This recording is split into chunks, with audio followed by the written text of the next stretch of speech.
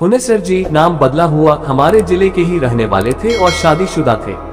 उनके परिवार में उनके 2 छोटे भाई, माता पिता, पत्नी तथा 2 प्यारे बच्चे थे। हुनेसर जी कोलकाता में किसी सेठ के यहाँ ट्रक की ड्राइवरी करते थे। उन्हें ट्रक पर माल लादकर दूर दूर के शहरों में जाना पड़ता था। वे बहुत ही मेहनती थे और अपना काम पूरी जिम्मेदारी व ईमानदारी से करते थे।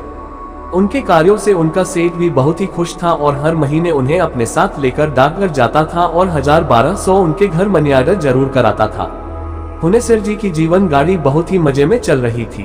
कभी कभी जब उनको माल लेकर लखनऊ, बनारस आदि आना पड़ता तो वे थोड़ा समय निकालकर घर पर भी आ जाते और घर वालों का हालचाल लेने के बाद वापस चले जाते।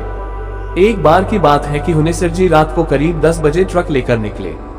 उन्हें दिल्ली की ओर जाना था। उनके साथ सामू नाम का एक खलासी भी था। हुनेसर जी खलासी को अपने बेटे जैसा मानते थे और उसे ट्रक चलाना भी सिखाते थे। अब सामू ट्रक चलाने में निपुण भी हो गया था। उस रात सामू ने जिद करके कहा कि आप आराम से सो जाइए तो ट्रक चलाकर मैं ले चलता हूँ। हुनेसर जी न कहकर ट्रक खुद चलाते हुए निकल पड़े और सामू उनके बगल में बैठा रहा। रात के करीब 1 बजे होंगे और ट्रक एक चौड़ी सड़क पर तेज गति से दौड़ा चला जा रहा था।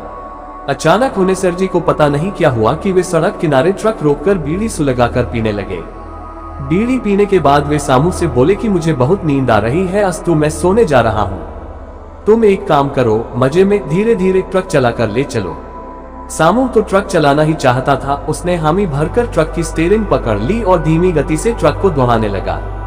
लगभग आधे 1 घंटे के बाद जब सामू को लगा कि अब हुनेसर जी गहरी नींद में सो रहे हैं तो उसको मस्ती सूझी।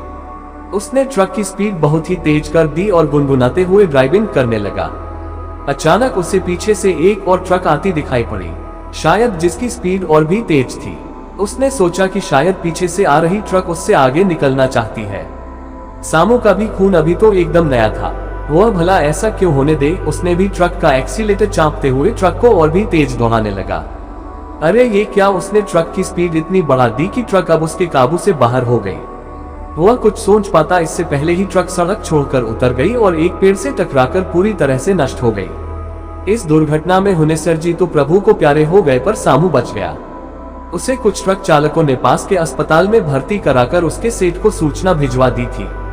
सामू 4-5 दिन अस्पताल में पड़ा रहा। उसे अपनी गलती पर बहुत ही पछतावा हो रहा था। उसकी एक गलती से उसके पिता समान हुनेसर जी को अपनी जान गंवानी पड़ी थी।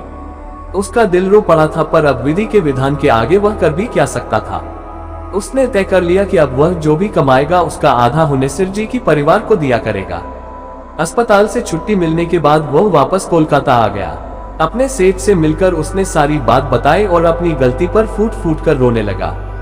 सेठ ने उसे समझाते हुए कहा कि अब रोने धोने से कुछ होने वाला नहीं, पर हम अभी हुनेसर जी के परिवार वालों को कुछ बताएंगे नहीं और समय समय पर उसके परिवार की मदद करते रहेंगे। इसके साथ ही उन्होंने सामू से एक ऐसी बात बताई जिसे सुनकर सामू पूरी तरह से डर गया। उसके रोंगटे खड़े हो गए।